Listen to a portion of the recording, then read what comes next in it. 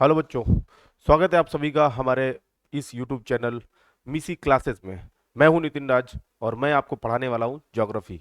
Geography शुरू करने से पहले मैं आपको बता दूं कि अभी हाल में उत्तर प्रदेश में कई एग्जाम आने वाले हैं। जैसे मैं बोलूं, लेखपाल का आने वाला है और होमगार्ड का आने वाला है और इसके अलावा उत्तर प्रदेश पुलिस का आने वाला है। तो उसी को डेडिकेटेड हम आज शुरू कर रहे हैं ज्योग्राफी। ज्योग्राफी हम पढ़ाएंगे। इसके अलावा जो ज्योग्राफी कंप्लीट हो जाएगी उसके बाद हम नेक्स्ट सब्जेक्ट देखेंगे। अभी मैं सोच रहा हूँ कि आपको ज्योग्राफी पढ़ाऊँ। ज्योग्राफी में यहाँ पर लिखा हुआ है introduction to the Indian geography. Indian geography पढ़ाने वाला हूँ। इंडियन ज्योग्राफी पढ़ने से पहले आपको इस बात की जानकारी होनी चाहिए कि आपको क्या सभी राज्यों की लोकेशन पता है, भारत में कितने राज्य हैं, भारत में कितने केंद्र शासित प्रदेश हैं। अगर इस बात की जानकारी है तो मैं उम्मीद करता हूं कि आपको ज्योग्राफी समझ आने वाली है। इसके अलावा अगर आपको इनकी लोकेशन पता है, यदि अगर आपसे मैंने पूछा कि अरुणाचल प्रदेश कहाँ है, तो आपका पेन अगर किसी मैप में पूछा जाए तो पेन की नींव वहीं पर रख जाए, यानी अरुणाचल प्रदेश पर ही रख जाए, तो ज्यादा बेहतर समझ में आने वाला है। मैं पूछूं केरल कहाँ है, केरल नीचे है, यानी अब तो हाल में उसका नाम बदला गया, केरलम कर दिया गया, तो केरलम कहाँ है तो नीचे है। मैंने आपसे पूछा कि लद्दाख यूटी कहाँ है, तो लद्दाख यूटी सबसे ऊपर है। मैंने आपसे पूछा गुजरात कहाँ है, तो गुजरात सबसे वेस्ट में है, यानी सबसे पश्चिम में है। इस प्रकार अगर आपको राज्य की लोकेशन पता है तो इंडियन ज्योग्राफी आपको समझ में आने वाली है। एग्जाम में सबसे ज्यादा क्वेश्चन जो पूछा जाता है अब हाल के दिनों में मैं देख पा रहा हूँ, जो एग्जामिनर पूछता है जीएस से पूछता है, उनमें सबसे ज्यादा क्वेश्चन पूछे जा रहे हैं ज्योग्राफी से। तो आइए शुरू करते हैं। मैं उम्मीद करता हूं कि आप सभी पेन कॉपी लेके बैठेंगे और पेन कॉपी लेके बैठे और नोट्स बनाएंगे। एक एक आपको मैं पहले से ही एक बात बता दूं कि हम जो ज्योग्राफी पढ़ा रहे हैं, तो अगर कोई भी बच्चा अच्छी राइटिंग के साथ पूरा कंटेंट लिखता है, कॉपी बनाता है, और कॉपी बनाने के बाद जब मैं कहूँ कि मैं देखना चाहता हूँ कोई कॉपी, तो आप कहीं से भी देख रहे हैं, मैं आपको एड्रेस दूंगा, आपको उस एड्रेस में पोस्ट करनी है अपनी कॉपी। उसके बाद हम कुछ इनामी राशि रखे हैं। अगर बेहतरीन कॉपी है तो मैं जरूर उस बच्चे को इनाम राशि दूंगा। जो भी इनाम राशि होगी वो धीरे धीरे आपको बता दी जाएगी। तो आज के लिए इतना ही। आगे आइए मैं देखता हूं, मैं आपको बताता हूं ज्योग्राफी। तो ज्योग्राफी की बात कर रहा हूं, तो ज्योग्राफी में सबसे पहले आपको जानना होगा कि आपको राज्यों की लोकेशन पता होनी चाहिए। तो राज्यों की लोकेशन पता होनी चाहिए सबसे पहले। मैं इस मैप को देखता हूं, इस मैप को देखिए आप, ये मैप है। इस मैप में आप देख पा रहे हैं ये पूरा वर्ल्ड का मैप है। इस वर्ल्ड के मैप में ये नॉर्थ अमेरिका है, ये मैं नॉर्थ अमेरिका है, आपको लिखा भी होगा, दिखाई भी दे रहा होगा, नॉर्थ अमेरिका है। ये साउथ अमेरिका है और ये अफ्रीका है और ये कॉन्टिनेंट जिसका नाम है यूरोप, और ये है एशिया, और इसके नीचे ये है ऑस्ट्रेलिया। ये कॉन्टिनेंट है जहां पर मानव निवास करता है।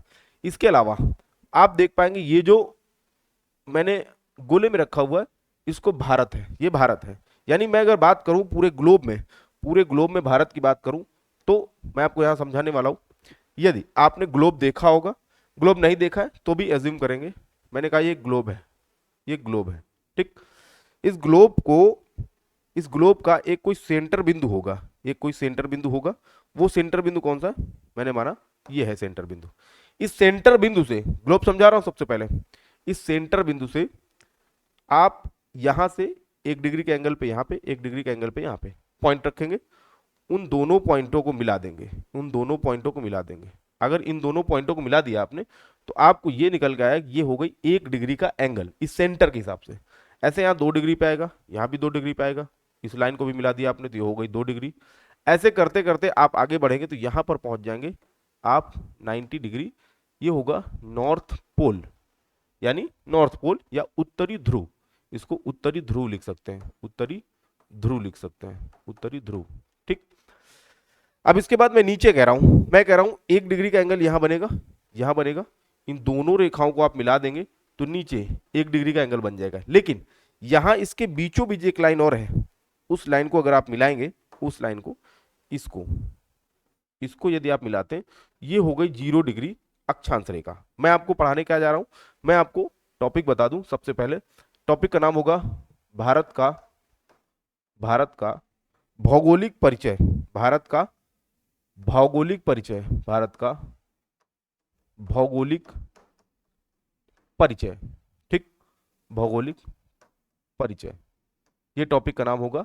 यानी इस टॉपिक का नाम होगा भारत का भौगोलिक परिचय। इस भारत के भौगोलिक परिचय को देखेंगे आप, क्या भौगोलिक परिचय है, भारत कहाँ है, किस अक्षांश रेखा कितनी गुजरती है यहाँ से, कौन सी अक्षांश रेखा है जो भारत के बीचों बीच से गुजरती है, कर्क रेखा कितने राज्यों से गुजरती है, ये सारी जानकारी यहाँ आपको मिलने वाली है। मैंने कहा वापस इसी ग्लोब पे आते हैं, मैंने कहा ये 1 डिग्री साउथ लैटिट्यूड है और ऊपर 1 डिग्री नॉर्थ लैटिट्यूड है।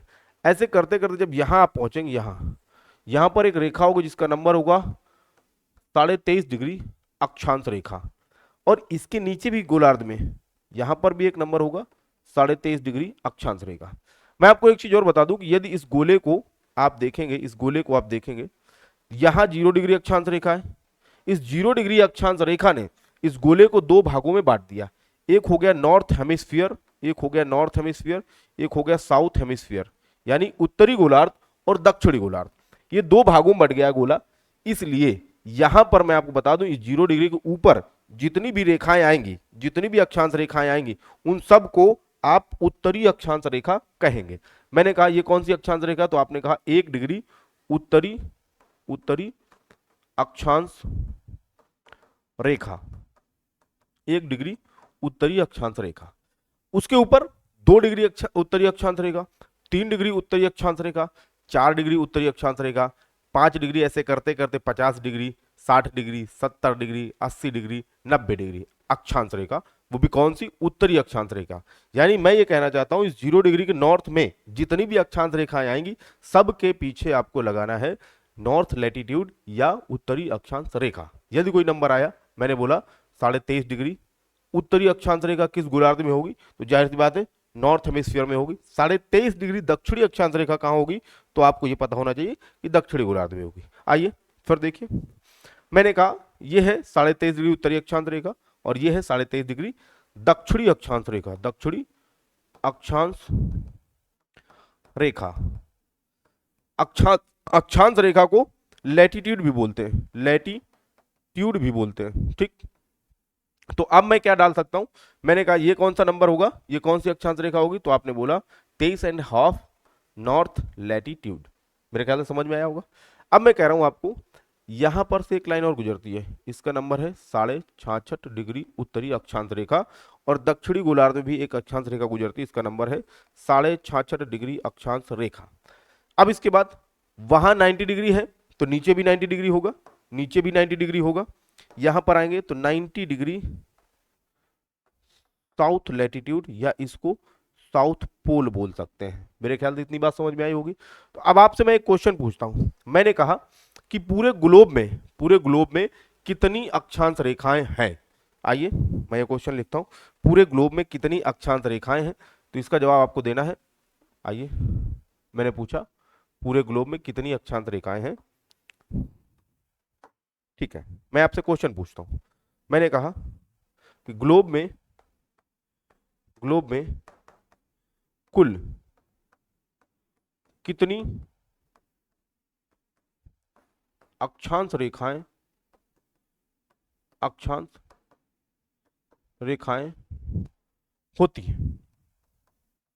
होती हैं, मैंने पूछा। फिर मैंने आपको ऑप्शन दिए, मैंने कहा एक ऑप्शन है आपके पास नंबर 1 पे 179, और दूसरा ऑप्शन है 180, और तीसरा ऑप्शन है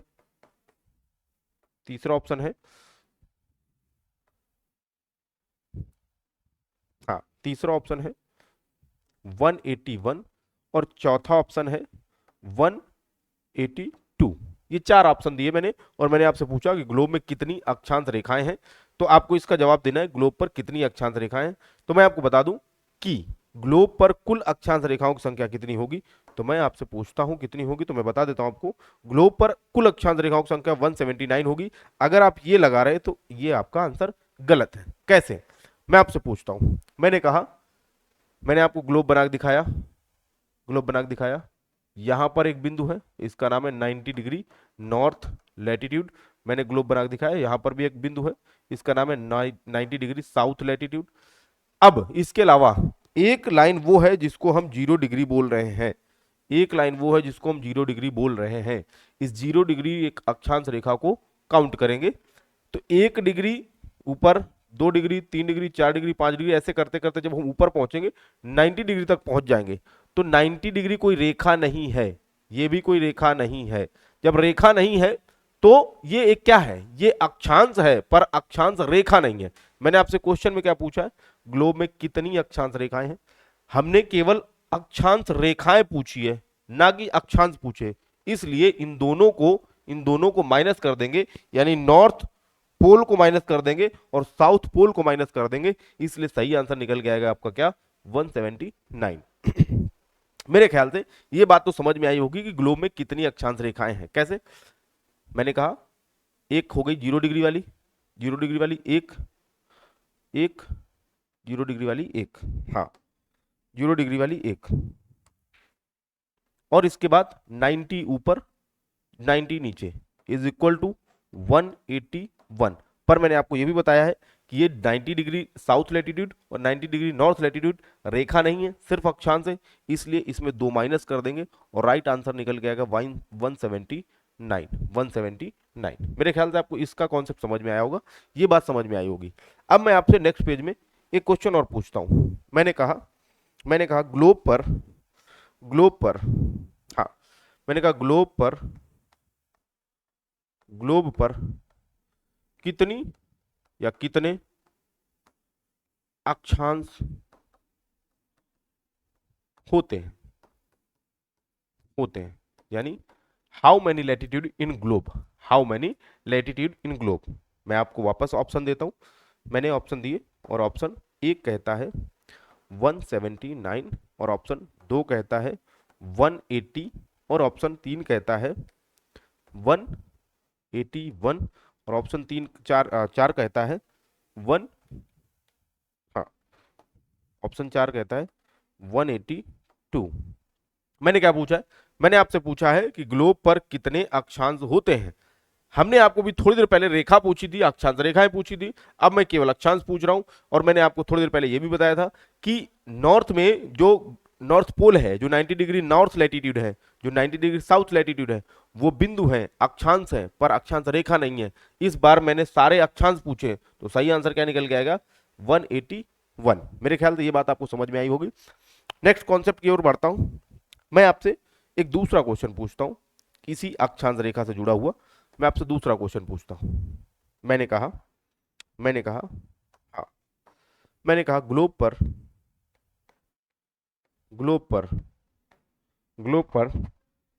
पे नहीं, मानचित्र पे इस बार पूछता हूं।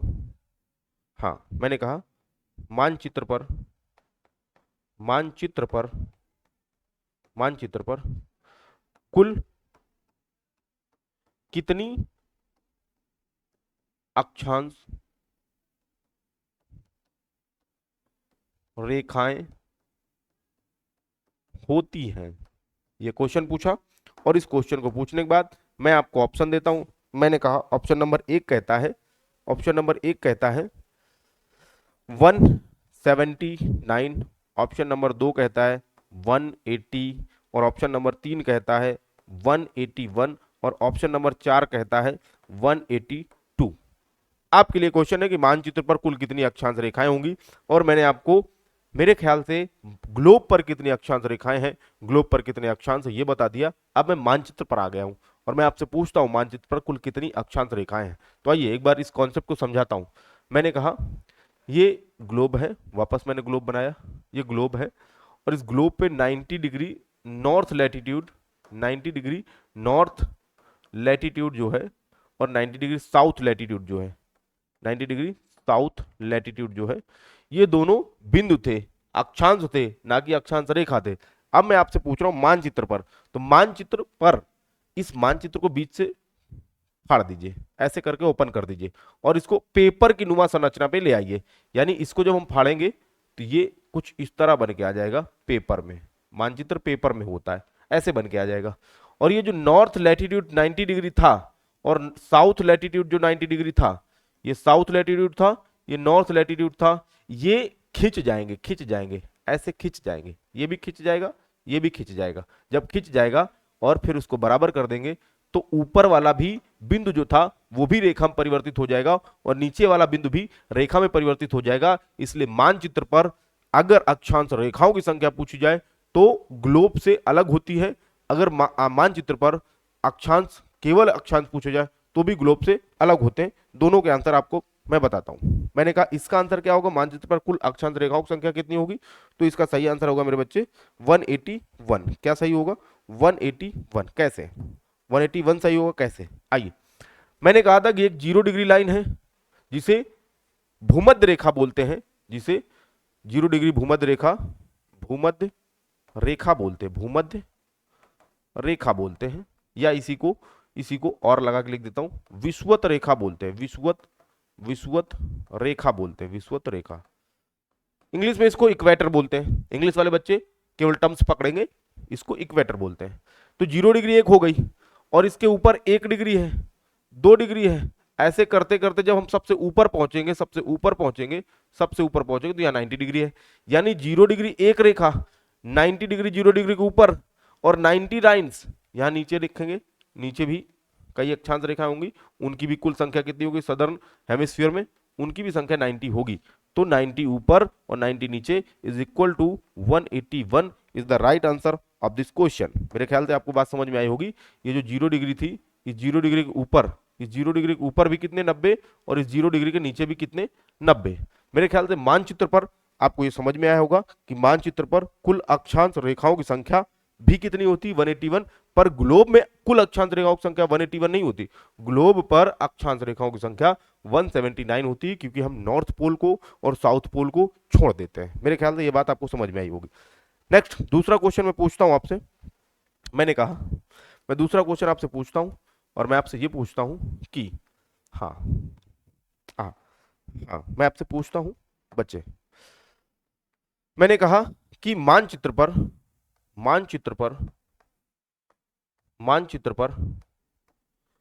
कुल अक्षांशों की संख्या की संख्या क्या होगी, ये क्वेश्चन मैंने पूछा, और वापस मैं वही ऑप्शन देता हूं जो थोड़ी देर पहले देके गया था। मैंने कहा था ऑप्शन नंबर 1 कहता है 179, और ऑप्शन नंबर 2 कहता है 180, और ऑप्शन नंबर 3 कहता है 181, और ऑप्शन नंबर 4 कहता है 182। बताइए सही आंसर क्या होगा, बताइए भाई सही आंसर क्या होगा, मानचित्र पर कुल अक्षांशों की संख्या क्या होगी। हाँ चलिए मैं बता देता हूं, आइए देखिए। मैंने बोला मानचित्र पर कुल अक्षांशों की संख्या, तो मानचित्र पर अक्षांशों की संख्या हो या अक्षांश रेखाओं की संख्या हो, दोनों का आंसर सेम होगा, और सही आंसर क्या होगा 181। मेरे ख्याल से ये बात आपको समझ में आ गई होगी। अब एक क्वेश्चन और पूछता हूं मैंने कहा यहां पूछता हूं, मैंने कहा भारत किस महाद्वीप पर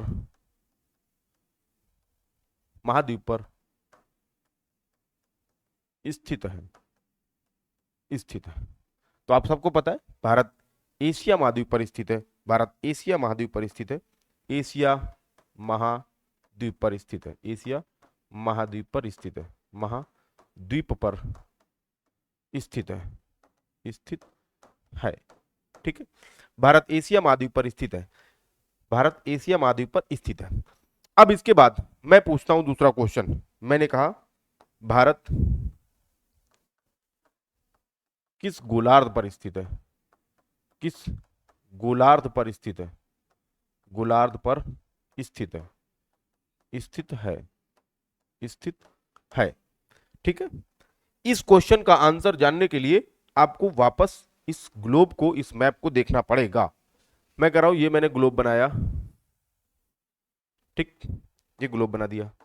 इस ग्लोब पर मैंने एक अक्षांश रेखा गुजार दी जिसका नंबर है 0 डिग्री अक्षांश रेखा, या जिसे आप कहते हैं इक्वेटर, या जिसे हिंदी में भूमध्य रेखा कहते हैं, या जिसे हिंदी में विषुवत रेखा कहते हैं। ये रेखा मैंने बना दी, ठीक है। इस रेखा के आधार पर आप ये देख पाएंगे कि ये गोला, ये पूरा पृथ्वी यानी ये पूरा ग्लोब दो भागों में बट गया। एक हो गया उत्तरी गोलार्ध, एक हो गया उत्तरी गोलार्ध, और एक हो गया दक्षिणी गोलार्ध। उत्तरी गोलार्ध और दक्षिणी गोलार्ध, दो गोले हो गए।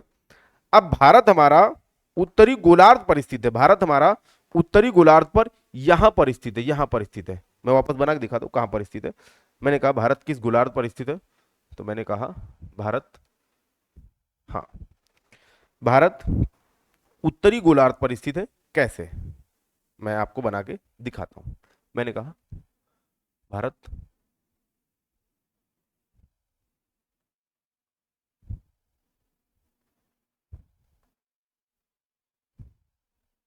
भारत ये है, भारत ये है, और भारत किस गोलार्ध पर स्थित है, भारत उत्तरी गोलार्ध पर स्थित है। कैसे, आपको दिखाता हूं। हाँ, ये आ गया, ये आ गया। भारत यहां स्थित है, तो इस अक्षांश रेखा के आधार पर, 0 डिग्री अक्षांश रेखा के आधार पर भारत उत्तरी गोलार्ध पर स्थित है।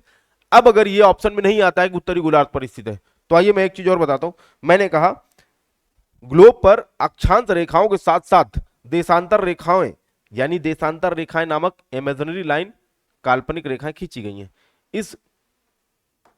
इस लाइन को 0 डिग्री देशांतर रेखा या लॉन्गिट्यूड लाइन्स कहते हैं, लॉन्गिट्यूड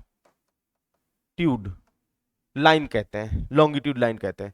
अब आप ये देख पाइएगा कि ये जो गोलार्ध पहले नॉर्थ हेमिस्फीयर और साउथ हेमिस्फीयर में बटा था, अब ये ईस्टर्न हेमिस्फीयर और वेस्टर्न, सॉरी, ये इधर ईस्टर्न हेमिस्फीयर, इसको मैं ईस्टर्न हेमिस्फीयर लिख देता हूं, और इधर इसको वेस्टर्न हेमिस्फीयर लिख देता हूं। ये चार भागों में बट गया, यानी ऊपर वाला उत्तरी गोलार्ध, नीचे वाला दक्षिणी गोलार्ध, और इधर वाला पूर्वी गोलार्ध, इधर वाला पश्चिमी गोलार्ध। मेरे ख्याल से इतना आपको समझ में आया होगा। यानी ऊपर वाला उत्तरी गोलार्ध, नीचे वाला दक्षिणी गोलार्ध, इधर वाला पूर्वी गोलार्ध, उधर वाला पश्चिमी गोलार्ध। अब अगर ऑप्शन में ये नहीं आता है कि भारत उत्तरी गोलार्ध में स्थित है, तो फिर भारत इस रेखा पे, इस दिशा में कौन सी बोलते हैं एरिया पड़ेगा, तो भारत इस दिशा में है, तो ये दिशा का नाम है उत्तर पूर्वी गोलार्ध, उत्तर पूर्वी गोलार्ध। ठीक है, तो भारत उत्तर पूर्वी गोलार्ध पर स्थित है। मेरे ख्याल से ये क्वेश्चन आपको समझ में आया होगा कि भारत किस गोलार्ध पर स्थित है, उसका भी आंसर मिल गया। भारत किस गोलार्ध पर स्थित है, तो भारत उत्तर पूर्वी गोलार्ध या उत्तरी गोलार्ध या पूर्वी गोलार्ध, इस देशांतर रेखा के आधार पर पूर्वी गोलार्ध, इन दोनों गोलार्धों का आंसर, यानी इस क्वेश्चन का आंसर जैसे भी एग्जामिनर पूछना चाहता है उसका आंसर आप कर पाएंगे। मेरे ख्याल से आपको समझ में आया होगा। आते हैं नेक्स्ट पॉइंट पे। अब मैं आपको बताने चल रहा हूं देशांतर रेखाओं के बारे में, देशांतर रेखाओं के बारे में। पहले मैं आपसे क्वेश्चन पूछता हूं। मैंने कहा एक बॉल जो होती है वो कितने डिग्री की होती है, एक बॉल कितने डिग्री की होती है, तो आप बताएंगे एक बॉल 360 डिग्री की होती है। तो मैं आपको बता दूं कि प्रत्येक 1 डिग्री पर, ग्लोब में प्रत्येक 1 डिग्री पर एक देशांतर रेखा खींची गई है। तो पूरे ग्लोब पर कितनी देशांतर रेखाएं होंगी, तो पूरे ग्लोब पर 360 देशांतर रेखाएं होंगी। मेरे ख्याल से आपको ये बात समझ में आई होगी। मैं इसको डायरेक्ट लिख देता हूं, और मैं लिखता हूं, मैंने कहा हाँ, ग्लोब पर, ग्लोब पर या मानचित्र पर, मानचित्र पर, मानचित्र पर कुल 360 देशांतर रेखाएं होती हैं, होती हैं। आपको समझ में आया होगा। ठीक है, अगर आपको इतनी बातें समझ में आ गई हैं, तो अब हम चल रहे हैं अपनी पीपीटी में और आपको बताते हैं कुछ नई चीजें। मैंने कहा ये आपने देखा, ये भारत है, ये भारत है, और इस भारत के बीचों बीच से जो लाइन गुजर रही है, वो लाइन का नंबर होगा, यहां से गुजर रही है, जो भारत के बीचों बीच से लाइन गुजर रही है, हाँ, यहां से गुजर रही है। आप देख पाएंगे जो यहां से लाइन गुजर रही है, भारत के बीचों बीच से गुजरेगी, ये है, और इसका नंबर है 23.5 नॉर्थ, नॉर्थ लैटिट्यूड, लैटिट्यूड या उत्तरी, उत्तरी अक्षांश, अक्षांश रेखा, रेखा। अगर आपसे पूछे भारत के बीचों बीच से कौन सी अक्षांश रेखा गुजरती है, तो भारत के बीचों बीच से 23.5 डिग्री उत्तरी अक्षांश रेखा या 23.5 नॉर्थ लैटिट्यूड गुजरती है। ठीक है, नेक्स्ट पॉइंट पे आते हैं। ये है, ये हमारा भारत है। मैं आपको बता दूं कि अभी मैंने आपसे थोड़ी देर पहले पूछा था कि ग्लोब पर भारत किस गोलार्ध पर स्थित है, तो ग्लोब पर भारत उत्तर पूर्वी गोलार्ध या पूर्वी गोलार्ध या उत्तरी गोलार्ध, जैसा भी क्वेश्चन पे ऑप्शन आया है उस आधार पे करिएगा। आप इस बात से नहीं डरेंगे कि तीनों ऑप्शन आ जाएंगे, तीनों ऑप्शन नहीं आएंगे, एग्जामिनर अपनी ही बात पे नहीं फंसता है। तो आइए इसको देखते हैं कि भारत के कौन से राज्य, कितने राज्य कहाँ पर हैं। तो मैं पहले बता दूं आपको कि भारत में कुल राज्यों की संख्या, राज्यों की संख्या संख्या 28 है। ठीक है, कितनी है? 28 है।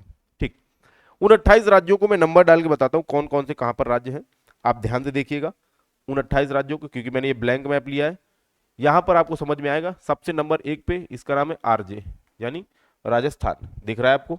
राजस्थान, ठीक है, हाँ, राजस्थान।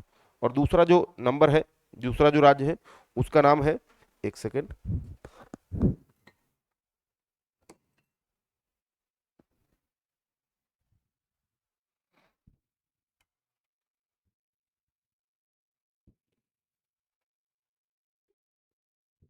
ठीक है, आ जाइए। ये राजस्थान है। दूसरा जो राज्य होगा, राजस्थान से शुरू कर रहा हूँ, दूसरा राज्य है आपको दिखेगा, ये है गुजरात। मैं इसको जीजे लिख देता हूँ, क्योंकि वहां के गाड़ी नंबर के आधार पर मैं इनको कोट कर रहा हूँ, गुजरात। फिर यहाँ पर आपको दिखेगा ये है एचआर, मैं इसको एचआर लिख देता हूँ, हरियाणा है। फिर ये मध्य प्रदेश है, ये मध्य प्रदेश है। ये महाराष्ट्र है, ये एमएच लिख देता हूँ, एमएच लिख देता हूँ, महाराष्ट्र है। ऊपर चलेंगे तो ये पंजाब है, PUN लिख देता हूँ, पंजाब। ये जम्मू कश्मीर है, जम्मू कश्मीर यूटी है, राज्य नहीं है अभी, मैं यूटी बाद में बताऊंगा, पहले राज्य बता देता हूँ। ठीक है, ये जम्मू कश्मीर यूटी है, ठीक है, हाँ। इसके बाद यहां पर जो राज्य, इसका नाम है हिमाचल प्रदेश, मैं इसको HP लिख देता हूँ। फिर यहाँ पर जो राज्य उसका नाम है उत्तराखंड, मैं इसको UK लिख देता हूँ। फिर इसके आगे बढ़ेंगे तो ये नेपाल है। ये जो लैंड बाउंड्री दिखाई दे रही है आपको, ये नेपाल की बाउंड्री है, तो मैं इसको नेपाल लिख देता हूँ, नेपाल लिख देता हूँ, हाँ, नेपाल। ठीक, आप देख पाएंगे कि इसके बाद जो नीचे है, नेपाल के नीचे जो राज्य है उसका नाम है, ये अपना यूपी है, ये उत्तर प्रदेश है। उत्तर प्रदेश के बगल में चलेंगे तो बिहार है, BR डाल देता हूँ, बिहार है। बिहार के नीचे आएंगे तो ये झारखंड है, JH डाल देता हूँ। झारखंड के बगल में आएंगे बच्चे तो इसका नाम है, इस राज्य का नाम है छत्तीसगढ़, CHH डाल देता हूँ। फिर उसके नीचे आएंगे, छत्तीसगढ़ के, झारखंड के नीचे आएंगे, यहाँ पर उड़ीसा है, उड़ीसा है, इसका उड़ीसा ही पूरा नाम लिख दिया मैंने।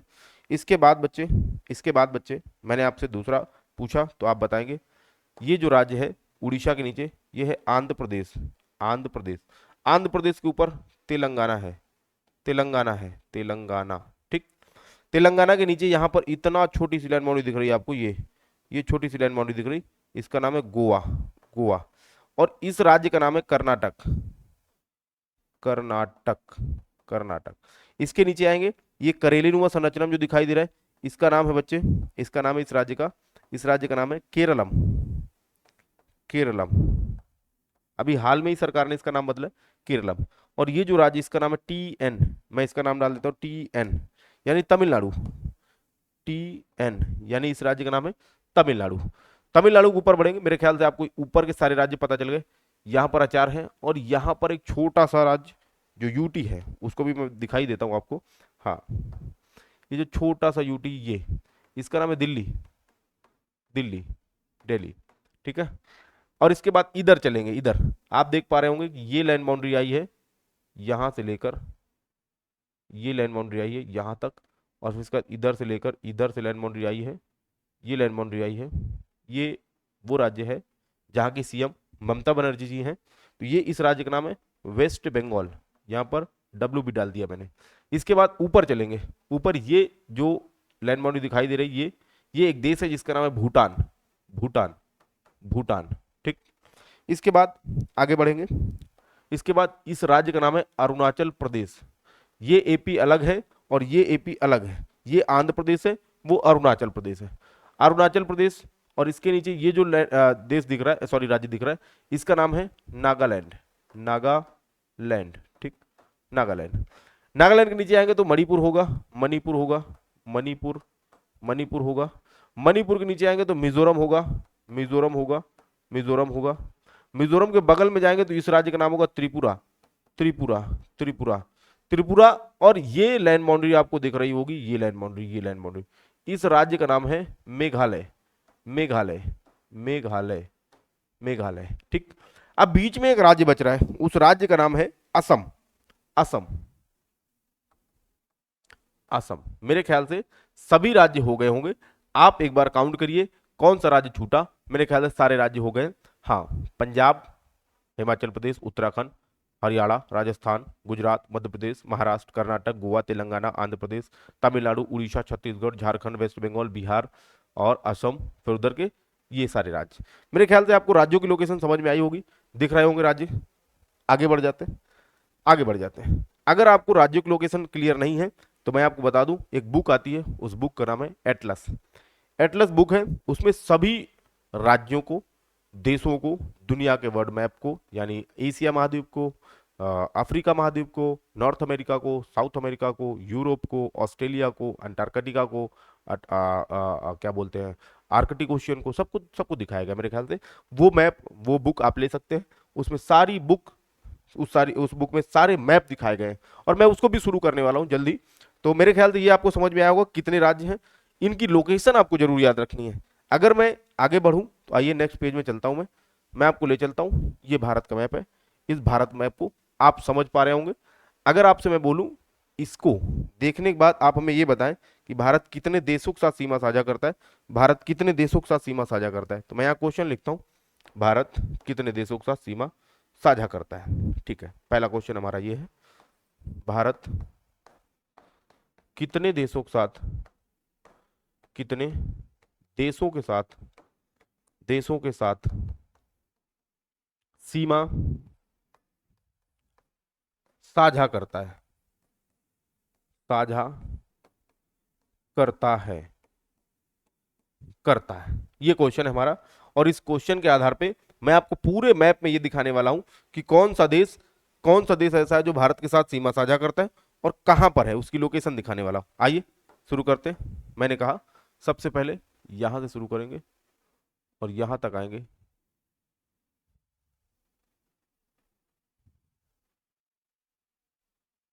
हाँ,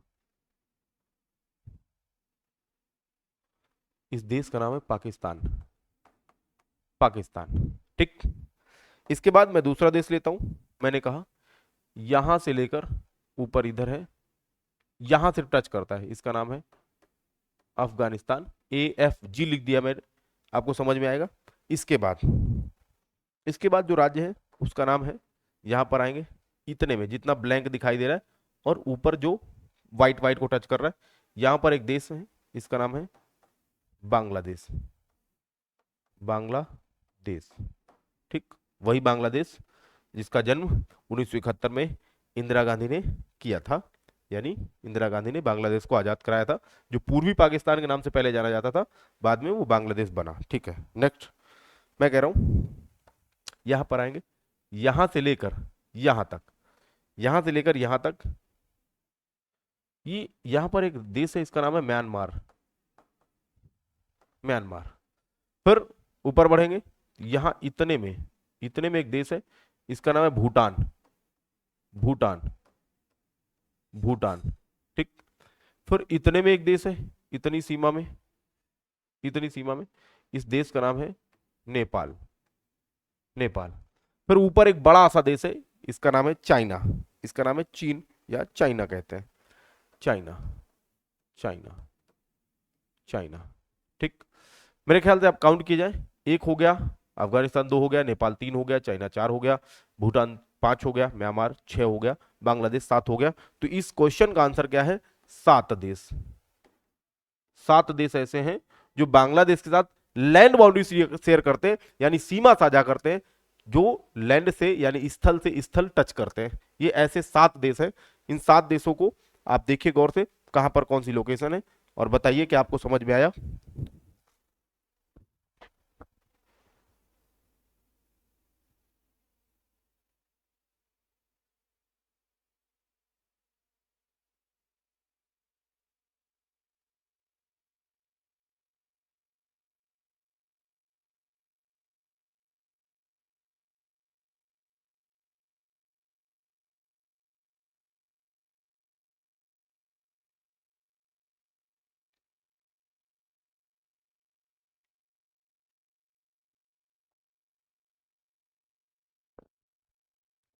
हाँ, आ जाइए। ठीक है, मेरे ख्याल से ये देश समझ में आए होंगे और मैं उम्मीद करता हूं कि आप जैसे मैप मैंने बनाया है आप ऐसे ही मैप बनाएंगे और मैप में जो मैंने किया है वही आप करेंगे। आइए फिर नेक्स्ट पॉइंट की बात करता हूं। मैंने कहा इसी भारत देश में भारत का जो अक्षांशी विस्तार है उसकी बात कर लेता हूं। भारत का अक्षांशी विस्तार की बात कर लेता हूं, तो मैं यहां लिखता हूं भारत का अक्षांशी विस्तार। विस्तार विस्तार तो अक्षांशी विस्तार होता क्या है? तो सबसे पहले मैं बता दूं कि किसी भी देश की सबसे नीचे वाली अक्षांश रेखा अगर वो उत्तरी गोलार्ध में है तो ऐसी अक्षांश रेखा जो भारत को सबसे नीचे या किसी भी देश को सबसे नीचे टच करती हो, अगर वो देश उत्तरी गोलार्ध में सबसे नीचे टच करे और उसके बाद जितनी भी अक्षांश रेखा उस देश से गुजरी हो और अंत में एक ऐसी अक्षांश रेखा हो जो सबसे लास्ट में ऊपर टच करती हो, इन दोनों रेखाओं को सबसे नीचे वाली को पहले बोलेंगे, सबसे बाद में ऊपर वाली को सबसे बाद में बोलेंगे। अगर मैं आपसे पूछा जाता है कि भारत का अक्षांशी विस्तार क्या है, तो यहां से भारत को टच करके निकलती एक रेखा, भारत को टच करके एक रेखा गुजरती है, जो अक्षांश रेखा है उसका नंबर है, मैं बताता हूं कौन सी है। हाँ, मैंने कहा भारत को टच करके जो निकलती है अक्षांश रेखा यहां से टच करके निकलती यानी सीधे नीचे तमिलनाडु के कन्याकुमारी को टच करती है और यहां से गुजरती है लद्दाख से। तो यहां से जो अक्षांश रेखा गुजरती है उसका नंबर है 8.4 नॉर्थ लैटिट्यूड या 8.4 उत्तरी अक्षांश रेखा। उत्तरी अक्षांश रेखा, उत्तरी अक्षांश रेखा। इसके बाद जो यहां से गुजरती है इसका नंबर है 37.6 नॉर्थ लैटिट्यूड या उत्तरी अक्षांश रेखा। उत्तरी अक्षांश रेखा, उत्तरी उत्तरी अक्षांश रेखा। रेखा मेरे ख्याल से ये बातें आपको समझ में आई होंगी। अगर आपसे पूछता है एग्जामिनर कि भारत का अक्षांशी विस्तार कहां से कहां तक है, तो यहां लिख देता हूं मैं 8.4 उत्तरी अक्षांश रेखा, अक्षांश रेखा रेखा से 37.6 उत्तरी अक्षांश रेखा के मध्य है, रेखा के मध्य है, मध्य है। ये भारत का अक्षांशी विस्तार हो गया। एक बात और बता दूं कि मैं चाहूं तो पीपीटी से पढ़ा सकता हूं। कई बार ऐसा होगा कि मैं पीपीटी से पढ़ाऊंगा लेकिन वहां पर समझाने वाला कुछ नहीं होगा, सिर्फ कंटेंट होगा ऐसा जो आप नोट करेंगे और उसको पढ़ेंगे। बहुत रेयर ही ऐसा होगा जब मैं पीपीटी का यूज करूंगा। यहां पर मैं सिर्फ मैप का यूज कर रहा हूं ताकि मैं आपको समझा पाऊं। अगर आपको समझ में आ जाती है एक बार में बातें तो वो सबसे अच्छी बात है। आप लिखते रहते हैं, पढ़ते रहते हैं, फिर भी समझ में नहीं आता और कई कई सालों से तैयारी कर रहे हैं फिर भी फायदा नहीं हो रहा है। तो आइए हमारे साथ जुड़िए। मैं उम्मीद करता हूं कि आपको सारी बातें समझ में आने वाली है और अगर समझ में आ रही हैं तो समझ तभी आएंगी जब आप नोट्स बनाएंगे। तो मैं आज जो पढ़ा रहा था उस टॉपिक का नाम था भारत का भौगोलिक परिचय। भौगोलिक परिचय में इतना मैंने बताया, इसके आगे की कक्षा को हम कर लेंगे। आज मैंने अक्षांशी अक्षांशी विस्तार तक बताया, अक्षांश रेखाओं के बारे में बताया और देशांतर रेखा के बारे में बताया, भारत किस गोलार्ध में स्थित ये भी बताया। कल की कक्षा में जब हम आएंगे तो इस कक्षा के आगे की कहानी को हम बताएंगे। तो आज के लिए इतना ही रखते हैं, मिलते हैं नेक्स्ट वीडियो में। कैसी लगी क्लास आप सभी कमेंट बॉक्स में जरूर बताइएगा। धन्यवाद।